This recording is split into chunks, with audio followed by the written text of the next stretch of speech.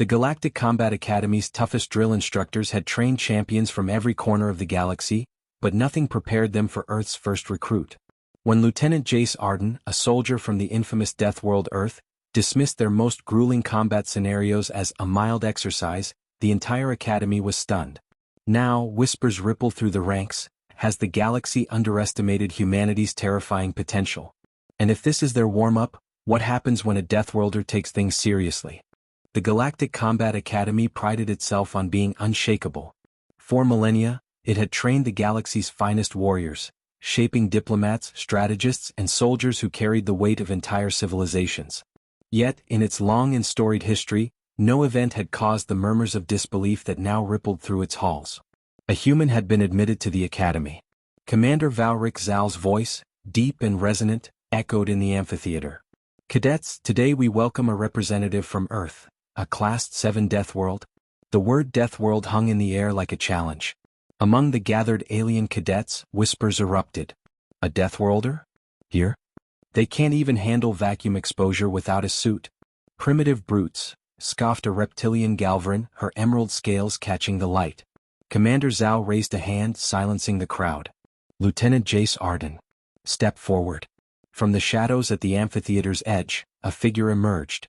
Jace was unremarkable by most galactic standards. 2 arms, 2 legs, no bioluminescence and no exoskeletal plating. His plain, olive-green uniform bore no embellishments, save for the insignia of Earth's fledgling Space Corps. Yet there was something in his gait, a calm confidence, almost predatory. The murmurs faded as he strode to the center of the arena. Jace looked up at the towering rows of cadets, his expression unreadable. The silence stretched, and then he spoke, his voice steady but with an unmistakable edge of dry humor. "So this is the galaxy's finest? You don't look like much either." A ripple of shock coursed through the crowd. The cadets, used to deference and formality, were stunned into silence. Commander Zal's mandibles twitched in what might have been amusement. "Lieutenant Arden," Zal said, his tone neutral. "The Galactic Combat Academy is not a place for bravado. Here your abilities, not your words, determine your value. Are you prepared to prove yourself?" Jace's eyes gleamed with a spark of defiance. "That's why I'm here, Commander." Without preamble, Zal gestured toward the training grounds, a sprawling expanse of shifting terrain designed to simulate the most hostile environments in the galaxy. Alien cadets watched eagerly, some with anticipation, others with smug certainty that this human would fail. "Phase 1, Zal announced. Endurance drill. Cadets must traverse the ice plains, scale the basalt cliffs, and complete a 10-kilometer sprint under high gravity. Begin." The starting signal blared, and the cadets surged forward. Jace fell in step with the group, his movements efficient but unhurried. The ice plains were treacherous, with sub-zero winds that could freeze exposed flesh in seconds. Alien cadets relied on built-in adaptations, thermal-resistant scales, exoskeletal shielding, and internal temperature regulation. Jace, lacking such luxuries, adjusted his breathing, conserving energy while keeping a steady pace. By the time they reached the basalt cliffs, several cadets had fallen behind, their complaints echoing over the comms. Jace, however, climbed with a steady rhythm, his gloved hands finding natural holds in the jagged rock. His mind flashed back to his training on Earth, scaling cliffs in sandstorms, navigating forests teeming with predators. Compared to that, this was a vacation. As the group approached the final stretch, the high-gravity sprint, alien cadets began to falter. The added pressure taxed their joints and slowed their movements. Jace, however, surged ahead, his body conditioned by Earth's heavier gravity. To him, the weight felt familiar, almost comforting. By the time he crossed the finish line, most cadets were still struggling up the final incline. Jace bent down, catching his breath as the crowd of observers stared in stunned silence. Even Commander Zal, who rarely showed emotion, looked mildly impressed. Jace stood, dusting off his hands. "That was your endurance drill?" He shook his head, a small smirk tugging at the corner of his lips. "Back home we'd call that a warm-up." The amphitheater erupted. Some cadets jeered, others gaped, and a few, those who had once doubted him, looked at Jace with a newfound respect. For the first time, the Galactic Combat Academy didn't feel quite as unshakable. From the shadows, an alien figure watched, its expression unreadable. "Interesting," it murmured. "Perhaps the humans are more than we expected." The arena was silent, save for the low hum of energy shields activating around its perimeter. The Galactic Combat Academy rarely held personal duels. It was considered a barbaric tradition, unnecessary in a place dedicated to intellectual superiority in warfare. Yet today the air crackled with anticipation. All eyes were on the human. Standing across from Jace Arden was Prince Kavrex of the Shuldar Dominion, the Academy's most celebrated cadet. With his 6'8" frame, shimmering blue exoskeleton and plasma-infused combat glaive, Kavrex looked every bit the galactic warrior. His multifaceted eyes gleamed with contempt as he studied his opponent. Jace, unarmed and wearing nothing but his standard-issue uniform, leaned casually against a railing. "So, do you always bring oversized bug zappers to a fist fight, or is this a special occasion?" he quipped, loud enough for the crowd to hear. Laughter rippled through the cadets, though most quickly stifled it under Kavrex's glare. The Shuldar prince bristled, his mandibles clicking. "Arrogance will not save you, human. I'll make this quick." Commander Valric Zal stepped forward, his voice cutting through the tension. "This is a formal duel under Academy protocols. The terms are simple: incapacitation or surrender. Combatants, take your positions." Jace stretched his arms, rolled his neck, and stepped into the center of the arena. Kavrex followed, his weapon glowing faintly with stored plasma energy. The arena's artificial gravity shifted, locking them into the match's designated parameters. Jace glanced at the crowd, noting the skeptical faces. They were expecting a slaughter.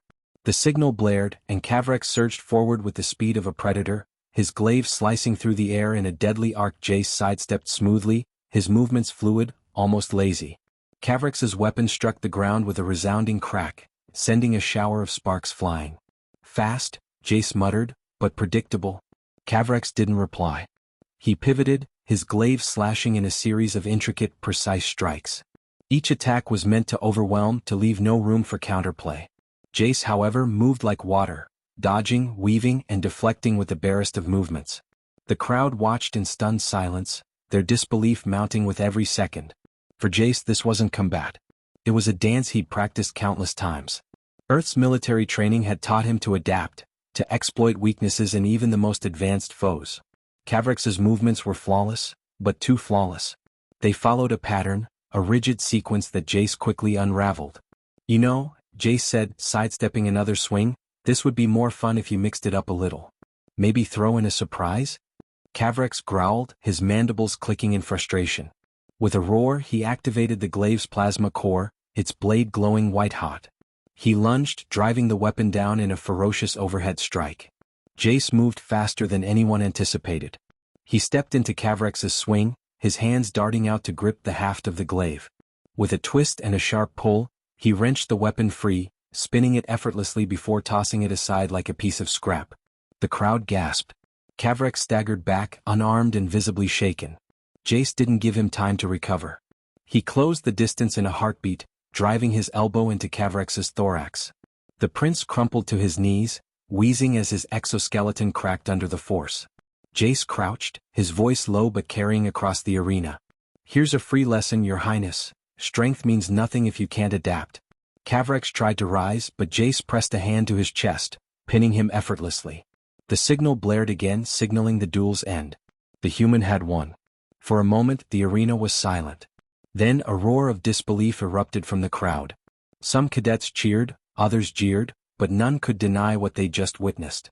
Commander Zal's mandibles twitched in what might have been a smile. In the shadows of the observation deck, an instructor leaned toward a cloaked figure. "The human is dangerous," they whispered. "Far more dangerous than we expected."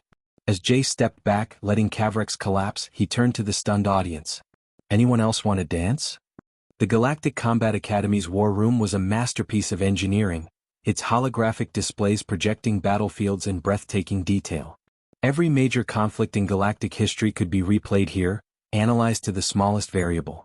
But today it showed something far more unsettling: chaos.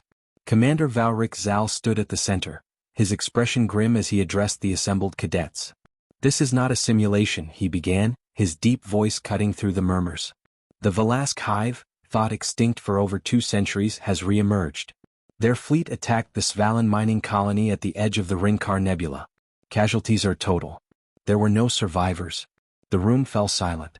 Holograms displayed twisted wreckage drifting in the nebula, the once thriving colony reduced to debris. "The Velasque hive," a collective consciousness capable of adapting its biology and tactics at an alarming rate, was the stuff of nightmares. They had once brought the galaxy to its knees before being supposedly eradicated. A cadet raised a trembling hand. "Commander, how is this possible? The Velasque were destroyed during the Null Wars. Their queen was annihilated." Zal's mandibles twitched. "Clearly we were wrong. They've returned and their evolution hasn't stopped. Initial reports suggest their weapons and ships are far more advanced than what we faced 2 centuries ago." Jace Arden, standing near the back, crossed his arms as he studied the display. The Velasque swarmed like locusts, their sleek organic ships darting between chunks of debris. They moved with a terrifying efficiency, almost as if they anticipated every move of their prey. "They're studying us," Jace said aloud, his tone measured. Heads turned toward him, surprise flashing across the faces of several cadets. "That's why they didn't leave survivors. Dead men don't talk, and they're betting we won't figure out their plans until it's too late." "Typical Deathworlder paranoia," sneered a tall, reptilian cadet from the Krenner Empire. "Not everything is a trap." Jace didn't take the bait. He kept his eyes on the hologram. "It's not paranoia when you've seen this kind of thing before. Predators back home do the same thing, study their prey, learn their weaknesses, then strike hard when their target is most vulnerable." Commander Zal regarded Jace thoughtfully before speaking. "Which is why you've been selected for the reconnaissance team, Lieutenant Arden?" The room erupted in disbelief. "You're sending a human? This is madness." "Commander, with all due respect." Zal's voice boomed over the outcry. "Enough. This mission requires adaptability, resourcefulness, and someone who can operate outside conventional parameters. Traits Lieutenant Arden has demonstrated in abundance." Jace smirked faintly. "Guess my paranoia's paying off." Zal continued, ignoring the grumbling. "The team will consist of Arden and 4 cadets. Veltan of the Krenner Empire, Ralna of the Sholdar Dominion, and twin siblings Lyra and Varric of the Zedran Collective. Your objective is to infiltrate the Rinkar Nebula, gather intelligence on the Velasque fleet, and if possible, determine their next target." Veltan, the Krenner cadet, bared his sharp teeth in a reluctant nod. "I hope your Deathworld tactics are as good as you think they are, human. We can't afford mistakes." "They are," Jace replied evenly. "Try to keep up." Hours later, the reconnaissance team's ship slipped into the Rinkar Nebula, its stealth systems engaged. The nebula's swirling gases created a kaleidoscope of colors, beautiful but deadly. The Velasque ships moved like shadows among the clouds, their organic forms blending seamlessly with the environment. Inside the ship, tension was palpable.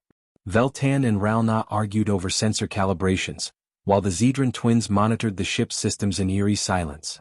Jace sat at the tactical station, his eyes scanning the data feeds. "There," he said, pointing to a cluster of ships converging around a larger vessel. "That's their command ship.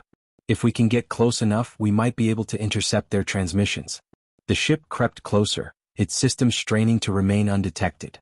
Suddenly, alarms blared as the sensors picked up a surge of activity. "They've spotted us," shouted Ralna. Jace's mind worked fast. "Evasive maneuvers. Break left and hug the gas currents. We'll use the nebula's density to mask our escape." The ship banked sharply, but the Velasque were relentless. Organic projectiles streaked past, narrowly missing the hull. The team worked in frantic unison, their arguments forgotten in the face of survival. Just as it seemed the Velasque would overwhelm them, Jace's strategy paid off. The ship slipped into a dense pocket of gas, disappearing from their pursuers' sensors. The crew exhaled in relief, but the moment was short-lived. Jace stared at the data feed, his expression grim. "They weren't just chasing us," he said. "They were hurting us, pushing us toward something." The ship's sensors pinged, and a massive silhouette emerged from the nebula's shadows. It wasn't just a command ship, it was a Velasque dreadnought, bristling with weapons and teeming with life. The dreadnought's organic hull began to shift, its surface rippling like a living organism. A transmission cut through their comms, a cold alien voice speaking in perfect galactic common. "Welcome, Prey. We've been expecting you." The Velasque dreadnought loomed ahead, a nightmarish amalgamation of organic sinew and alien technology. Its surface pulsed like a living organism, glowing faintly with bioluminescent patterns that seemed to shift in response to their presence. Inside the reconnaissance ship, the tension was suffocating. "Prey?" Veltan hissed, his reptilian eyes narrowing as he stared at the comms console. "Did that thing just call us prey?" "Yes," Jace replied, his voice calm despite the sweat trickling down his neck. "And if we don't think fast, that's exactly what we'll be." Ralna, the Sholdar cadet, gripped the edge of her console. We should retreat, warned the Academy. We're no match for a dreadnought. Retreat's not an option, Jace said sharply. That thing is blocking the only safe route out of the nebula. If we turn tail, we're dead. Then what's your brilliant plan, Deathworlder? Veltan snapped, his claws digging into the armrest of his chair. Jace's eyes remained locked on the holographic display. The dreadnought's patterns shifted again, and the smaller Velasque ships began to circle their position, cutting off any escape route. We do what humans do best, improvise. Before Veltan could retort, Jace activated the ship's holotable, bringing up a tactical overlay of the dreadnought. Look here, he said, pointing to a cluster of glowing nodes along the dreadnought's hull. Those are bioenergy conduits. If we hit them hard enough, we might be able to disrupt its systems long enough to create an opening. Might? Lyra, one of the Zedran twins, asked, her voice cold and precise.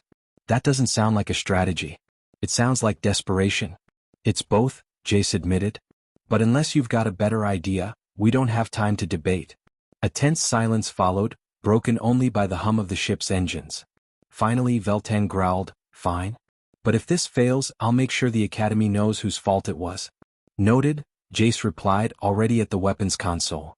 Lyra, Varric, I need you on targeting. Ralna, keep our shield stable. Veltan, you're on evasive maneuvers. Let's show these bugs what happens when you corner a Deathworlder. The ship surged forward, diving straight toward the dreadnought. The Velasque swarm reacted instantly, their smaller vessels converging like a school of predators sensing wounded prey. Jace's hands flew over the console, directing precise bursts of plasma fire that struck the conduits he'd marked. Direct hit. Lyra called out as one of the nodes exploded in a spray of bioluminescent fluid. The dreadnought shuddered, its patterns flickering erratically. Good, Jace said. Now keep hitting them. Make them work for it. The Velasque fighters pressed harder, their organic projectiles slamming into the ship's shields. Ralna gritted her teeth, her hands glowing as she channeled energy into the shield generators. Shields are at 40% and dropping. Whatever you're doing, do it faster. Veltan cursed under his breath as he banked hard, narrowly avoiding a swarm of incoming fire. These things are relentless. It's like they know our every move. They probably do, Jace muttered. Hive minds are adaptive. They're learning from us in real time. But they're not perfect. He glanced at the holotable, his mind racing. The dreadnought's conduits were weakening, but its main weapon systems were still active. If they didn't act quickly, they wouldn't survive the next barrage. Veltan, take us in close, Jace ordered. Close? Veltan snarled. Are you insane? Trust me, Jace said, his voice firm. If we stay at range, we're dead. Up close, we can slip between their blind spots. Grudgingly, Veltan obeyed, piloting the ship into the dreadnought's shadow. The smaller Velasque vessels hesitated, their formations breaking as they struggled to track the sudden maneuver. Now? Jace shouted. Target the central conduit, maximum firepower. The ship's weapons roared, unleashing a concentrated blast that struck the dreadnought's core. The resulting explosion rippled across its surface, sending shockwaves through the nebula. The Velasque ships faltered, their movements growing erratic as the hive mind struggled to maintain cohesion. Shields at 10%. Ralna yelled. We can't take another hit. Hold on. Jace barked. We're almost there. The ship dove through the chaos, weaving between debris and disabled fighters. With one final burst of speed, they broke free of the swarm, the nebula's gas cloud swallowing them in protective cover. For a moment, the crew sat in stunned silence, the only sound the crackle of damaged systems. Then Jace exhaled, leaning back in his seat. Good work, everyone. Good work. Veltan growled, glaring at him. We barely survived. But we did survive. Jace replied. And now we know what we're up against. Before anyone could respond, the comms crackled again. The same cold, alien voice cut through the static. You are clever, Prey. But cleverness will not save you. We are coming for your world. The Academy's War Council was in disarray. Holographic displays flickered with images of shattered colonies, fragmented fleets, and the Velasque hive's unrelenting advance. The room buzzed with panic as representatives from dozens of species argued, their voices overlapping in a cacophony of fear and blame. We cannot defeat them, shouted a Zedran ambassador, his thin, translucent skin pulsing with agitation. Their adaptations are too rapid, their numbers overwhelming. We should negotiate. Negotiate with a hive mind? Snapped a Krenner general. They don't understand diplomacy. They only consume. Enough, Commander Valric Zal growled, silencing the room with a single word. His mandibles clicked in frustration as he gestured to the holographic map. Our intelligence team has confirmed that the Velasque are targeting Nexus Prime, the galactic hub for trade and communication. If it falls, the galaxy will be plunged into chaos. Then we must evacuate, another voice cried. And leave it defenseless? Zal countered. No. We fight. Fight with what? Veltan, now a begrudging ally, stepped forward, his expression grim. Our fleets are scattered, our forces uncoordinated. The Velasque adapt to every strategy we throw at them. They haven't adapted to me, Jace Arden said, his voice cutting through the din like a blade. The room turned toward him, dozens of alien eyes narrowing with skepticism. Jace stood near the edge of the table, his arms crossed, his expression calm but resolute. He'd been quiet since the reconnaissance mission, letting the others bicker while he pieced together a plan. You, a Galvaran ambassador sneered, his scaled head tilting in disdain. A Deathworlder with no advanced technology or psychic abilities. What can you possibly offer against a threat like this? Jace smirked, stepping into the center of the room. Earth doesn't have your technology or psychic tricks. What we have is ingenuity, grit, and the experience of living on a planet that tries to kill us every day. You've been fighting the Velasque on their terms. It's time we change the game. And what game would that be? Commander Zal asked, his tone measured but curious. Jace tapped the holographic map, zooming in on Nexus Prime's orbital defenses. The Velasque are fast but they're predictable. They swarm, overwhelm, and adapt. They're used to their enemies retreating or throwing fleets at them head-on. We won't give them that satisfaction. He gestured to a cluster of asteroids near Nexus Prime. We'll lure their fleet into this asteroid field. It's dense enough to disrupt their formations but open enough for us to maneuver. We'll deploy guerrilla tactics, hit-and-run strikes, ambushes, psychological warfare. Make them waste their resources and second-guess their every move. You think they'll fall for that? Veltan asked, his skepticism evident.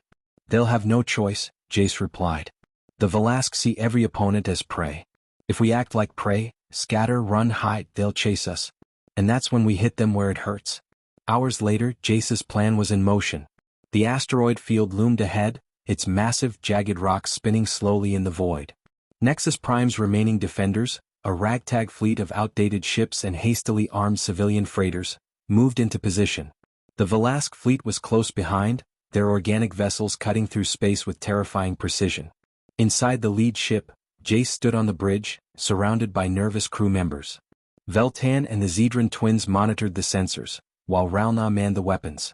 Commander Zal had entrusted Jace with command, a decision that had shocked many but inspired a few. They're entering the field, Lyra reported, her voice steady despite the tension. 23 vessels, including a dreadnought. Perfect, Jace said, his eyes locked on the display.